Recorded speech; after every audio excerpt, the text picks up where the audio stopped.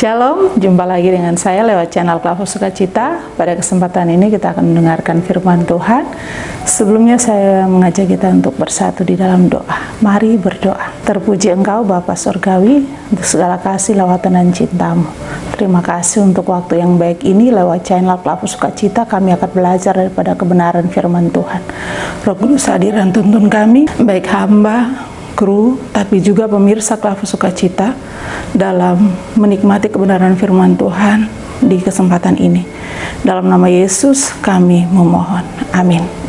Pemirsa, bagian Alkitab bagi kita di kesempatan ini terdapat dalam Injil Lukas pasal 6. Injil Lukas pasal 6 pada ayatnya yang ke-13. Injil Lukas pasal 6 ayat yang ke-13. Demikian firman Tuhan. Ketika hari siang, ia memanggil murid-muridnya kepadanya, lalu memilih dari antara mereka 12 orang yang disebutnya rasul.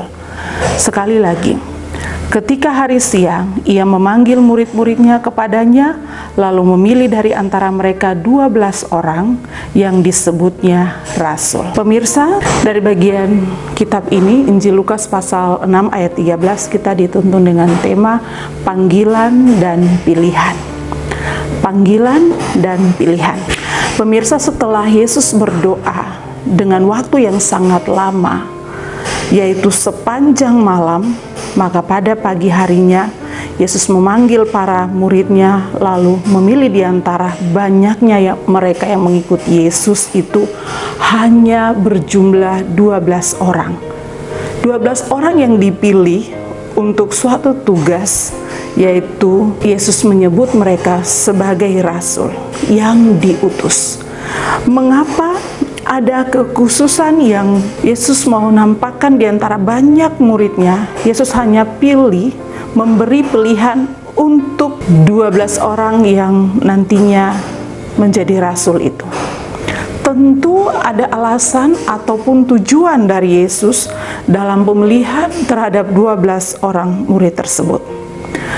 Pemirsa, dari kata murid, kita memiliki pengertian bahwa murid itu berarti orang yang sedang belajar, mengikuti program pendidikan di lembaga pendidikan seperti sekolah. Sedang murid dalam konteks Alkitab itu berarti pengikut seorang pemimpin atau pengajar seperti Yohanes Pembaptis dan orang Farisi. Para murid di sini bukan saja menerima pengajaran dalam iman atau kepercayaan, tetapi juga mereka meneladani gaya hidup dari sang pemimpin atau pengajar itu. Sedangkan pengertian kata rasul itu berarti yang diutus atau utusan atau duta. Dalam teks kita saat ini mengatakan bahwa para murid dipanggil dan dipilih untuk menjadi rasul. Itu berarti keberadaan mereka bukan saja menerima ajaran Yesus, tetapi juga percaya kepada Tuhan, lalu mereka pergi untuk meneruskan ajaran itu kepada orang lain. Pemirsa Klaver Sukacita yang diberkati, dengan demikian kita semua sebagai orang percaya, kita dipanggil untuk menjadi murid Yesus di tengah-tengah dunia ini. Artinya keberadaan kita ada di dunia ini sudah pasti menjadi murid Tuhan. Kita ada, menerima dan mengimani ajaran tentang Yesus Kristus sebagai Tuhan.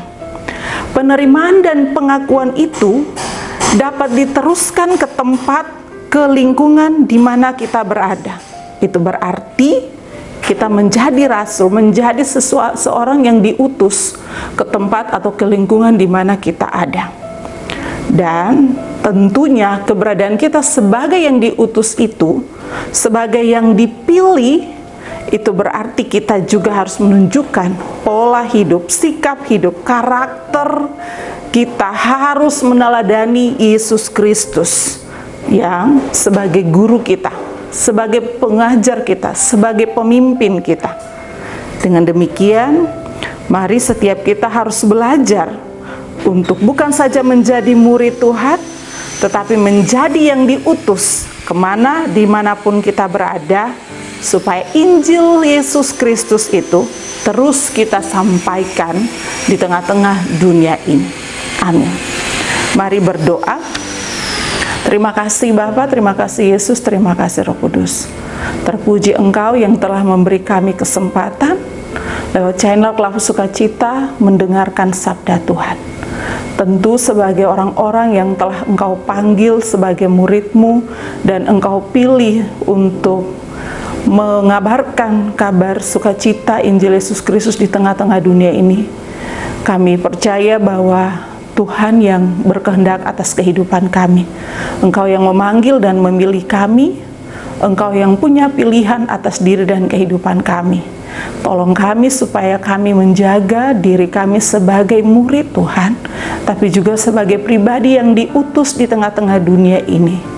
Tolong kami pula supaya kami dapat menerapkan apa yang telah kami terima dan imani tentang Yesus Kristus, dan kami boleh meneruskan itu di tengah-tengah kehidupan kami, apapun kondisi keadaan hidup kami. Kami percaya Tuhan pasti akan melengkapi kami.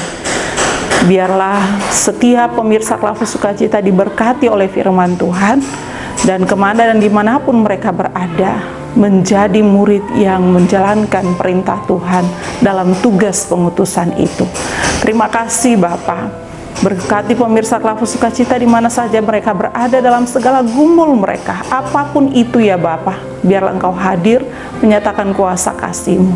Berkati tim Klavu Sukacita, baik kru maupun para pelayan yang menabur firman Tuhan lewat channel ini. Pribadi dan kehidupan mereka pun diberkati. Biarlah lewat channel Klavu Sukacita ini firman Tuhan semakin diberitakan, disebarluaskan, sehingga setiap jiwa-jiwa mendapatkan ketenangan di dalam firman-Mu yang diberitakan. Terima kasih Bapa. Terpuji-puji nama-Mu, ya Allah Bapa, ya Yesus Kristus, ya Roh Kudus, dari dulu kini hingga selamanya. Amin. Shalom, Tuhan memberkati kita.